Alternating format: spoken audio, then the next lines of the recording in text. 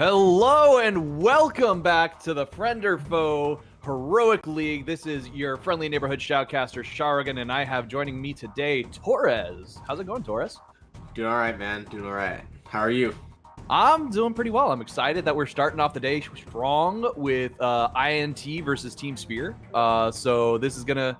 I have a feeling it's very favored on INT's side, but I'm really hoping that Spear is able to kind of pull out something crazy and just give us a bit of a show.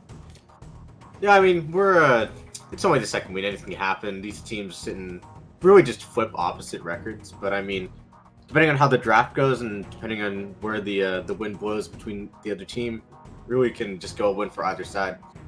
Yeah, so last time in the trees, I believe, faced off against Team Sword, and they put up a fight. It didn't come out very well for Team Sword in the end, obviously, with INT sticking to that 3-0 lead.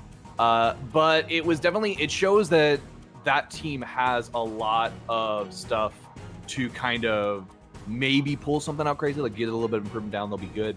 But let's just go ahead and hop into these picks and bans real quickly. So obviously we're seeing a bot answer to the support call coming out from in the trees with the Alistair Tristana. It's something. Yeah, something to point out though is that from my understanding of Sergeant Diddle on Team Spear is that he has a very unique champ pool, but from also my understanding, it's not very deep. So it looks like INT is really trying to pinch that champ pool right now, banning out some of his favorite picks, as in the Vel'Koz and Anivia with the bans. And you're really seeing like part of their pre-game scouting really going to work here. Yeah, no, that early game scouting. Sergeant Diddle's been putting in a lot of work with his roams and just helping out the rest of the team. So taking him out of the equation is definitely a good idea. Ooh, we got a Swain coming out. That is an interesting choice because that could definitely be flexed, even though Alistair's pretty much solo support. You could probably flex him somewhere else if you really wanted to. Yeah, when it comes out to the draft, INT has B1. They B1'd Alistair, and in a response to that, it seems like Team Spear is going to R3 a support. And it looks like the Nautilus is locked in. The reason I say that the Swain support is probably not going to come through is one, because the Team Spear R1, R2, they're a mid laner and ADC, so it seems like they're just going to pick the straight up mid lane, leave some counter pick up for the top lane. Yeah, it probably gonna come out that way. I like seeing a spicy Swain just because it's always interesting to see those off meta, or not off meta, but just interesting supports in the bot lane as for some spice. And then we see the Ornn and the Wukong ban coming out. Both of those champions have had very strong showings in the previous games. Of course. It seems like Team Spear's opting to target the top lane. Really just something peculiar that I've noticed right now through the two bans. They banned Ornn and Gangplank, and unless they have some like insider knowledge that I don't know about, they've left Broccoli's favorite and best champion still up on the pool, which is the Camille, which is what I expect to be coming out probably at some point, but maybe they leave that up and just force them onto it because they have an answer for it. Yeah, maybe that's exactly it. It's like maybe they've got a response and they're kind of like, yeah, Broccoli, take the Camille. We want you to take the Camille. We're going to show you what it's like to get beat on your favorite champ. It's just always something you got to love from the newcomers. You got to love the fire in their blood, just kind of getting everybody amped up and raring to go and seeing all that. The new faces, I think, have been like the biggest boon so far this season in Heroic. Yeah, it looks like a Yasuo's Ooh. being hovered here. It looks like a Tom Kench, a little bit of a troll from INT, keeping it spicy. A little bit, yeah, but a Yasuo, I'm like, that comp is looking really interesting over there. I'm not entirely sure what kind of a bot lane we're going to be getting. Is that a Yasuo bot? Yasuo it could be a Yasuo ADC. I mean, it's not that bad. Paired with the Alistair, if they get out of lane, I think it's very threatening. You know, I think that's exactly what we're getting. We're getting a Yasuo ADC with a Camille top. That's that with the Alistair knockup, Gragas knockup, and I believe the displacement from Swain counts too. That's a lot of sources for INT to just get that Yasuo ult off. Yeah, but with this, you're also kind of just putting all your eggs in one basket. You're not going to have like a lot. Your whole team comp is basically just go in, no kiting. So, I mean, it's a big liability, but I mean, if they can pull this off and snowball effectively, the game's going to go in one direction. It definitely does. And, you know, just kind of looking at these two teams, I think the BDE, as Fang over Fang would say, is definitely on the side of in the trees. That team wants to fight. Like, that is all it wants to do. Objectives are secondary. Obliterating morale is primary. And I think we're going to get something pretty crazy going on this match. Yeah, I mean, go back into the game right now as we load in. Some initial thoughts for this. Might be a level 1 cheese. I feel like Team Spear might be wanting to try to stomp that early game. As they have a Nautilus, really can just easily invade. And INT tends to like a 5-point start. Mm-hmm. It looks like that's exactly what we're getting, is that 5-man stack up right there. He who slops might actually be tempting the invade. We'll he's just on the edge of the queue. I was holding myself with bated breath right there. It's all right. We didn't say anything. No caster curse on that one.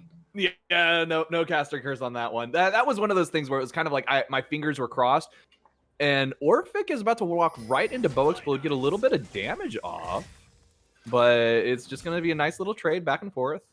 I think technically Orphic came out on top. A little bit of extra health.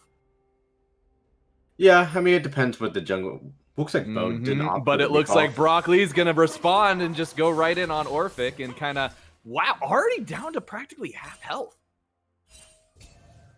Yeah, I mean, after that war was placed, I think it was placed around the 50-second mark. Orphic couldn't really back, but he probably should have taken the safe route around, knowing that Broccoli didn't show up in that interaction.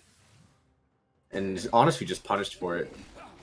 Yeah, you know, if I was in Broccoli's position, I might have gone down a little bit earlier as soon as Orphic showed right next to where Bow Explode was kind of like getting pumped on. But let's see here. So how do you think this game's going to play out? I have a feeling Orphic's going to have a tough time in this top lane. As we already see, he's already taking a lot of damage from Broccoli. Broccoli's going in on this hard. Like, this is, like I said, a team that wants to fight. It's not going to exactly end up in a kill right there, but that is some really low top laners. There's some really low top pointers, but what I wanted to point out is that I think even though like Orphic was down at least like 25% of his health before the initial trade with Brock Lee, he still almost came out on top or somewhat even. But he is down on CS. The wave state is pushing into him, but at this point it will leave him vulnerable to a Lilia gank when she full clears. Yeah, and I have a feeling that Camille's probably just needs to get up a little bit more health, and she can theoretically dive and get a kill with her hook shot, but unlikely to happen. Possible to happen. And I think this bot lane is going to be a pretty slow one until the Kenny Hammer Spike taking the Swain. Okay, so this is something I didn't notice right off the bat. Big Brain already taking a lot of damage from Brock Lee as Brock Lee forces the flash out of Big Brain. That is 2 flashes burned. Orphic is going in for a bit of an engage too. They're just trying to suss out exactly where Brock Lee is, and that's Lissandra coming in, getting the root off. Brock Lee is really low right now, having to dash out. That is a set getting the damage off. Way to go. That is a huge amount of damage. Delta, in the meanwhile, is having to run away. They do have flash up, so that's going to be a flash over the wall, dash into the minions to escape. And I was just a little over-eager. I think Brock Lee really just greeted after he... I thought what he initially was going to do was going to shove in his wave. That way Set is stuck there underneath the turret to catch a little bit of EXP, and then he was going to go ward because Gragas has a little bit of slow clear, so he knew he was vulnerable for a gank, so the initial ward was good. Yep, and we got a flash coming out right there. A nice knockup by He Who Slops. Lamity is taking a lot of damage. Ori's going to have to back out as well. No, the Ignite was dropped as well, and that is a nice root from Kenny Hammerspike. That's going to be a lot of damage coming out. It might be enough for a kill, but I don't know if we're going to see that. Right here, seeing it again. Let's see. Oh, we had a kill happen up here in the top lane. Big Brain walking right into Bo Explode, not using his brain as the Bo gets the damage off, killing him.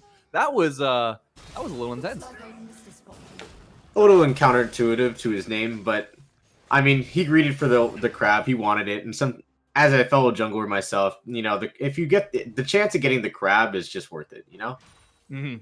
It is. It's always beneficial to have that extra bit of vision.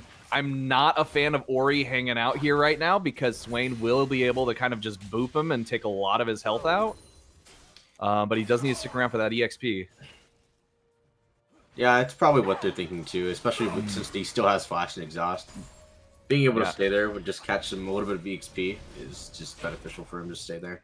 It was. And one thing I want to call out that I didn't get a chance to earlier was on that last fight top lane where Yasuo was able to flash over the wall and escape.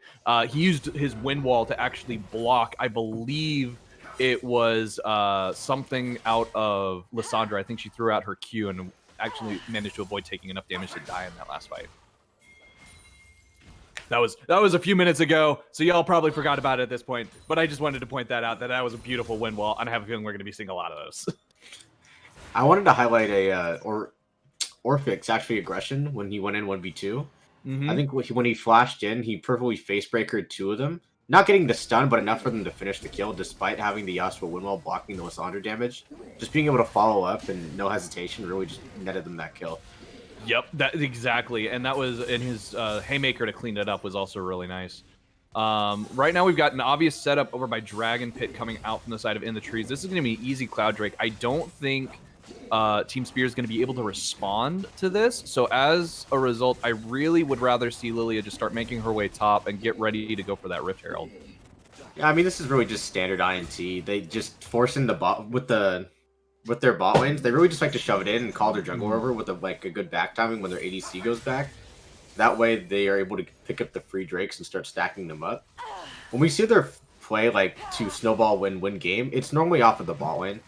Winning, they shove in their lanes, they force an unfavorable fight around the Dragon Pit, and that's where their win condition starts popping up. It's the Drake, and then the fights come as a... they kind of just come as an occurrence to after the Dragon happens. Exactly. It's a consequence of just having that winning bot lane gives them prio down there over by the Dragon Pit.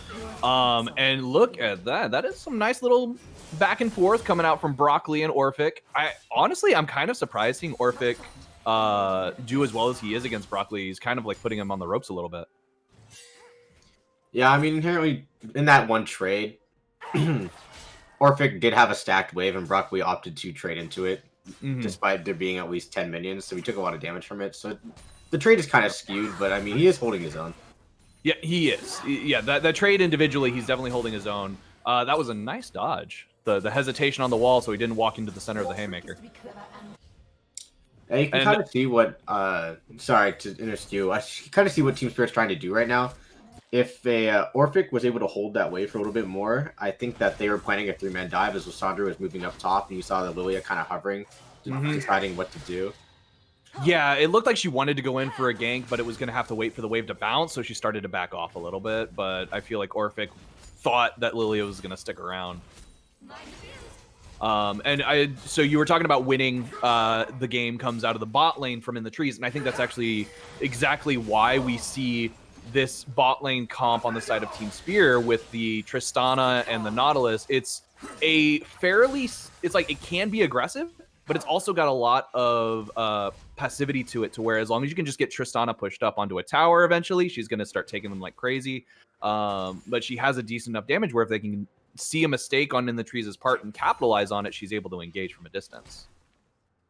Yeah, I mean, a lot of what this game is going to fall back down into is how much PO can the Tristana get with all this engage on the side of INT, and how many kills and how much damage she can end up doing in these team fights. Because without her, they really don't have that much damage. That's true, and I think we might actually be seeing a little bit of a fight go on right here. In the Trees has decided to invade the bot side jungle, but at the same time, Team Spear is aware of it. Tristana jumping into kind of the wrong spot and getting herself into the back line. That is a huge ult coming out from the side of Team in the Trees. There's a lot of damage is coming out. He Who Slops is going to get himself a kill as he takes down Linsanity, and that's going to be a 1 kill for that invade, and I don't think they got blue buff out of it. Yeah, I mean, it was... To be honest, I don't think INT has any right being in that side of the jungle at that moment. Their Yasuo was still coming up from the tier 2 tower, and they're effectively fighting a 3v4. It seemed like Team Spear was just threatened by the level difference. But since you have the man advantage, it didn't matter that much if they just played a little bit more aggressive. Yeah, I think, honestly, that was a little bit of a misplay on Team Spear's part. They could have easily won that fight. Like, that was an invade where I thought was... In the Trees should not be there. They're about to get themselves caught out, but they just didn't pincer it. It seemed like they all clustered on the top side of the jungle instead of like making it a forced fight on all directions. Yeah. Of course, something I want to point out though is that's caught my eye in the corner of my screen that Lissandra was low on mana, but so I don't know how much mana she had before the initial fight, and maybe that she was baking in that blue buff, but.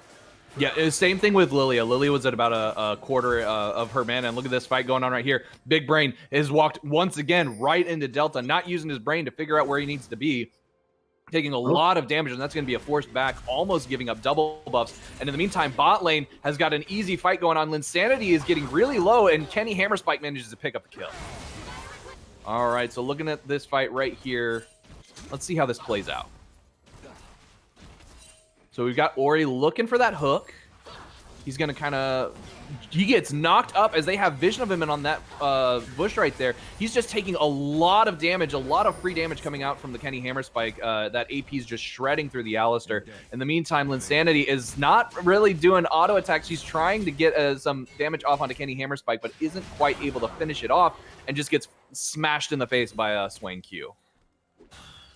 Yeah, I mean, the bot lane at that point, I understand their thinking. Like, Ori is thinking that they have no pressure in the lane, they're trying to get some more off, but just an unfortunate timing. Like, Alistar gets 6, the bush is warded, and just he overstepped a little bit too much. He did. He overstepped just a little bit too much, but they didn't even force an ulti out of Alistar or Swain during that fight. Just something to point out. It's just at this point, they just needed to calm down a little bit, try to stop the bleeding as much as they can, because at this point, INT with the gold weeds, they're just gonna run over these fights. They really are, and I think we're starting to see a little bit of the same issue where with Team Sword, where the individual players are doing really, really well. And look at this fight going on right here. Brock Lee taking a lot of damage. That was a great amount of damage coming out by Orphic. Brock Lee he's barely going to get away. That's a flash coming out as well as a hook shot. In the meantime, the rest of INT has come to respond, and they just managed to clean it up as Delta gets a kill onto the Lissandra. Kenny Hammerspike takes down Orphic, and that's going to be a 2-for-0 on the side of In the Trees. Yeah, I mean, it's really just tragedy after tragedy for Team Spear. I think they're 10 minutes in game, and like 11 minutes, they're kind of flailing and panicking around, grouping up together to try and finally like gang up on someone and get a kill. But with the Drake spawning and then someone being second Drake, I think that's a Drake you can afford to give in order to farm the lanes. Is INT was all their members are moving towards that Drake at all times. They really are. So they got to know that In the Trees is focusing solely on taking these drakes, and they're doing a great job of doing it. I'm not exactly sure how that fight got set up. It is one of those situations, though, where if you, as we were looking at it, where again, it comes down to a Team Spear misplay, where they had the advantage and they almost got the kill, but it just didn't quite go in their favor. And then we've got Sergeant Diddle right there just sitting there tanking a Yasuo tornado to the face. You don't want to see that. Yeah. Something I wanted to see out of the Lilia, aside from just farming up for camps, I wanted to see a little bit more proactivity during the early stages of the game. You effectively have 3 lanes with CC.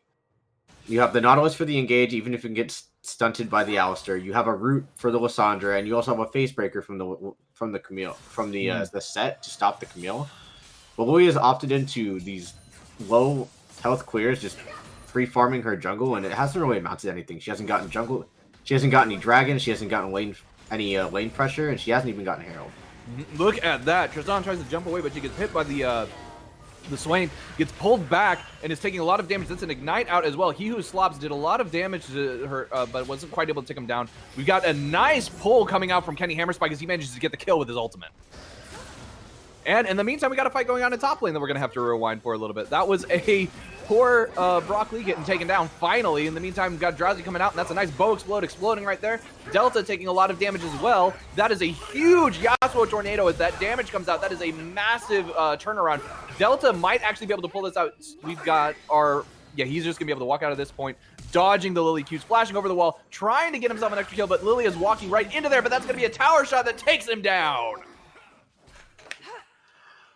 I mean, Team Spear fighting back. I'm going against. They refuse to let their foot off the gas, and I mean, they get a little bit back there.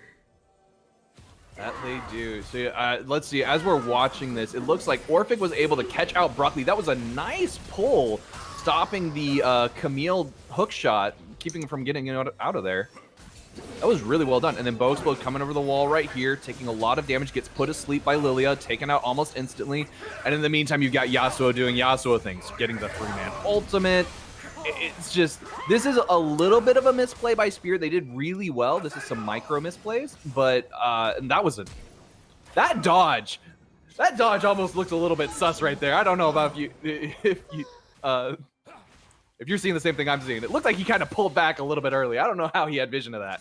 Yeah, Delta's going to have to hold back on the scripts, but if you saw back in that replay when after Brock Lee died and Bow Explode tried to E over the wall, you could see what INT was going for, and it was going to turn out great, but the initial E actually missed where they were going to get the double knockup on the Lily in the set, which ultimately would have ended up with a double kill right away and probably even ending up sweeping up the fight. But oh, absolutely. I mean, just look at the damage Bo is putting out onto Orphic right there. That was a nice chunk. I mean, Bow Explode really just holding the wave for his mid laner. Something a lot of the junglers in the Heroic League need to be able to do, as a lot of the junglers in the Heroic League will tend to fall behind because they say they have no camps up and like their laners are farming their camps, but that's also because they're not holding waves for the junglers, for their laners. Exactly. Like that's kind of one of the interesting things. If we look at the way these Heroic versus Mythic teams play, the teams that aren't in the Heroic League that tend to play a little bit better, more often than not. Ooh, that was a nice knockup to stop Ori from actually getting out. Good flash, good dodge, nice walk back. This Ori right here is putting in the work. They are going to be able to catch out Bow Explode, keep him from being able to just disengage. That is going to be a lot of damage coming out as Tristana jumps in, trying to finish off the Gragas, but taking a lot of damage herself as she goes down. That is, again, Delta doing his dashes through the minions, through the allies. This is going to turn around for INT's favor. He gets the ult off onto Ori. This is just an example of teams being too far ahead in order to be able to work that fight. My God, Auriri just put on the dancing shoes for that one. Sidestep, Michael Jackson, pump fake. And in the meantime, we got a little bit of a fight here up top, and it looks like it might be Broccoli trying to go for a bit of a hard engage. Big Brain using his big brain plays now, and actually the Lilia prancing away is the thing that I hate seeing so much. It is Phase Rush Lilia. We've seen Big Brain do this multiple times this game already. I swear, it's like watching a Disney movie, just watching her go boing, boing, boing, boing off into the distance. I love it. That's one of the things I love about Lilia. It's hilarious. It's Bambi in Mach 10, I swear. God, it's great. Okay, but talking about the way those fights played out real quickly, like that was an example of just how far ahead in the trees is right now. Like that play was going really well for Team Spear. Like they were actually putting in the fights, putting out the damage, but they just don't have the items or the levels in order to actually be able to finish off in the trees during that fight. Yeah, I mean, it goes to show like how they drafted their comp. They put all their eggs in like the Tristana ADC basket, where she's gonna be pumping out the damage. I'm super carry Tristana, and then all of a sudden she's 0-3 with an item and a half down on the Swain on her counterpart, and she just can't do anything. She jumped into the fight, she died instantly, and then nothing else happens.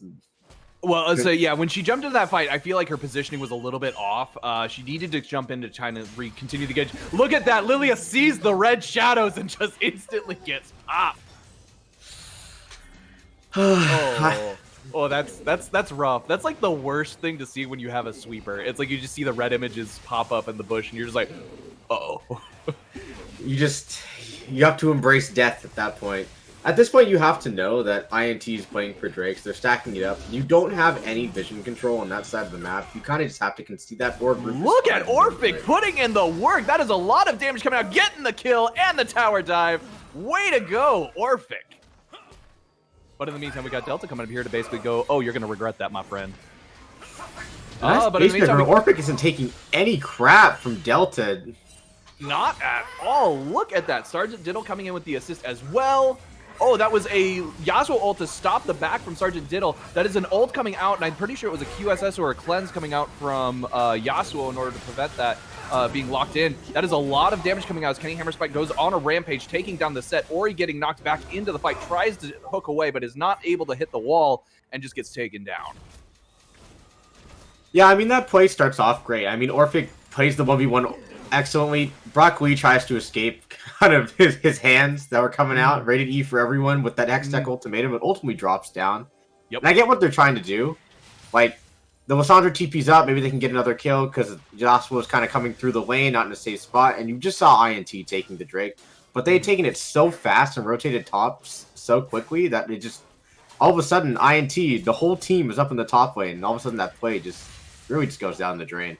They really did. And here, one thing I want to point out right now is though Team Spear is this far behind, they have put up one hell of a fight getting here. Like, they are making INT work for this. This is not a clean sweep up that we've seen INT do in the past.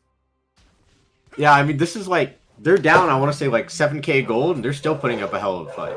Yeah, it's like, and if they imagine, so they've just got to really work on their micro play, because I think we're looking at the minion difference, CS difference. It's Yasuo is about 2 waves ahead of Lissandra. We've got another 2 waves ahead on Swain, and so they've just really got to work on making sure that they're able to get that CS up, keep themselves even with gold.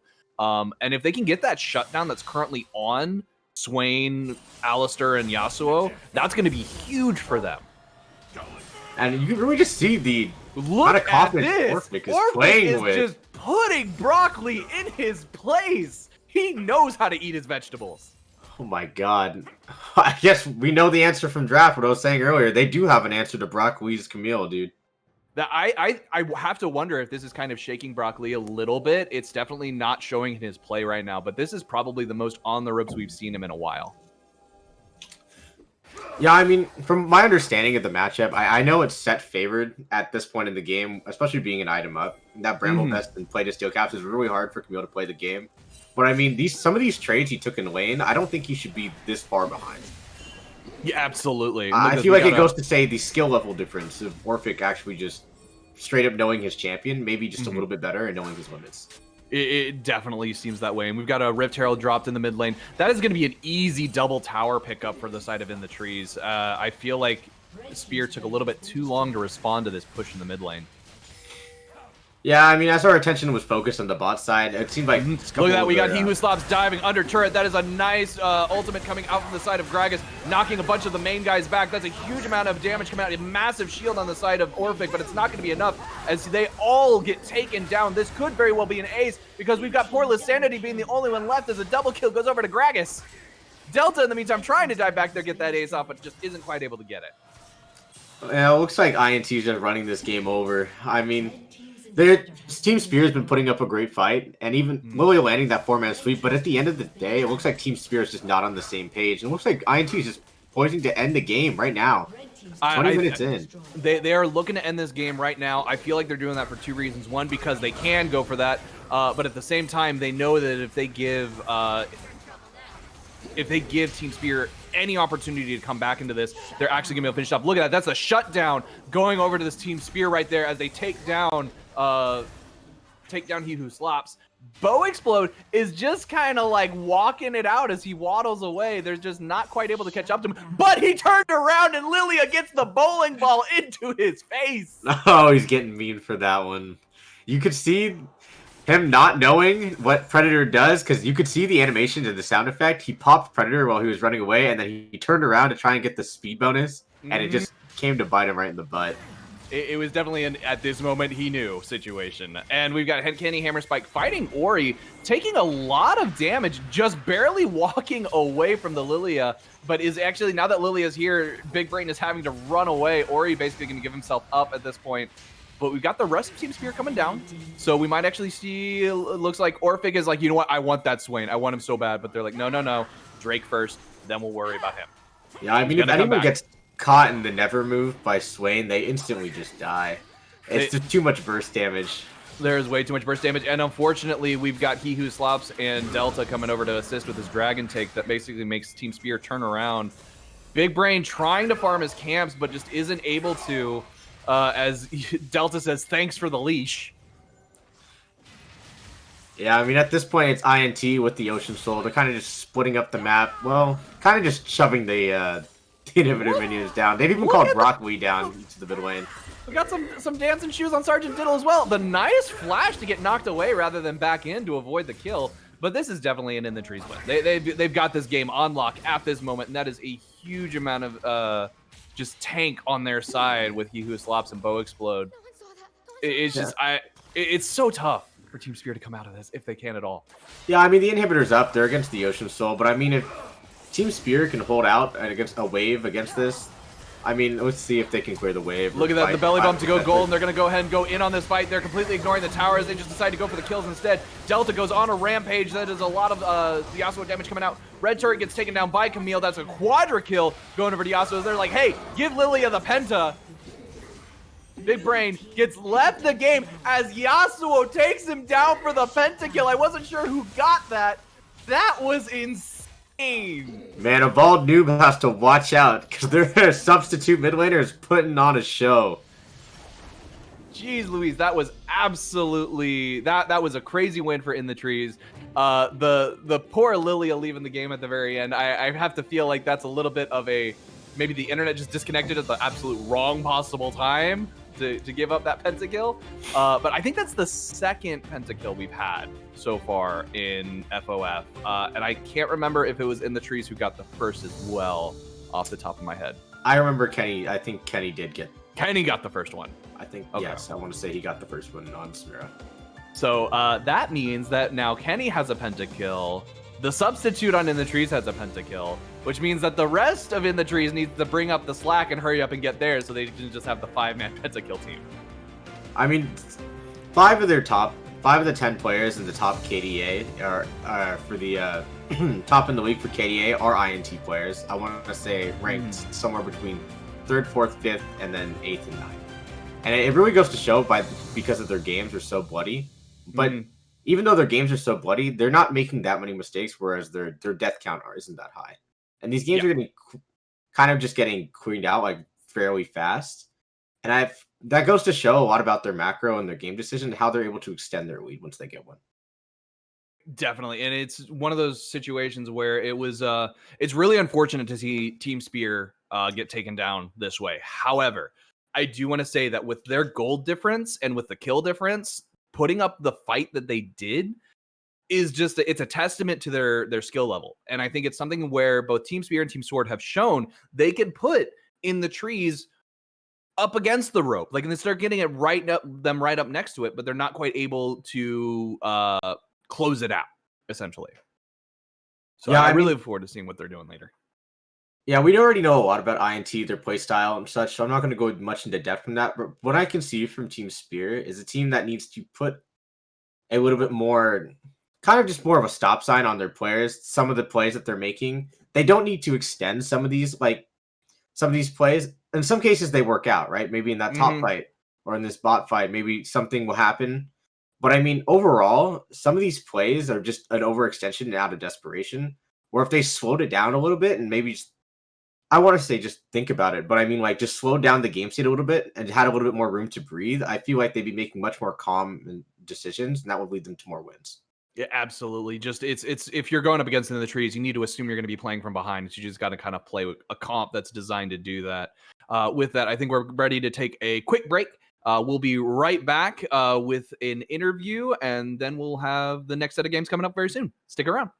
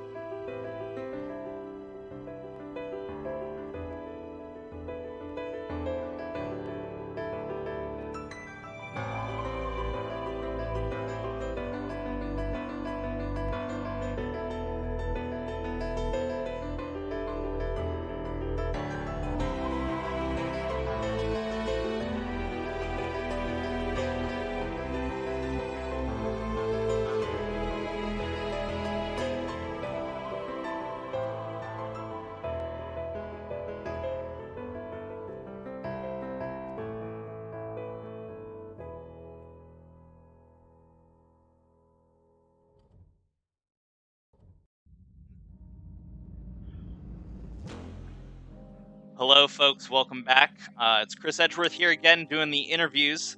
I'm here joined by X Delta 13, the sub mid for In the Trees, hot off that win. How you feeling? Feeling incredible, thank you. Yeah, I mean that was a hell of a win by you guys. What was being a sub, coming in with a game plan, putting the marker down on sweeping the weekend. What was the game plan coming into this game with this full Yas comp? Well, we wanted to try something different, maybe revolve around the Yasuo, make some flashy plays, as you can see we did, and experiment a little. Yeah, I really enjoyed the flexibility of your draft. I thought that was really cool. What was the coming into this team as a substitute? What was the comms like for you? Getting integrated with the team, as it were. Well, it wasn't too bad. I've played with these guys before, we're close friends. So I'd say we had an easy time communicating. Just, I'm not on the same level as the other guy, so I can't really portray my ideas as easily, but I still think I managed. Yeah, I think you more than managed in this game, for sure. Let me ask you about your matchup against the Lysandra. I'm pretty sure that is heavily favored towards you since Windwall just basically makes her half a champion. Talk to me about that and popping off this game. Well, in lane, I was worried about ganks, so I took the cleanse to try to stay safe. And I was told by my jungler that he'd come mid multiple times, but I didn't see anybody.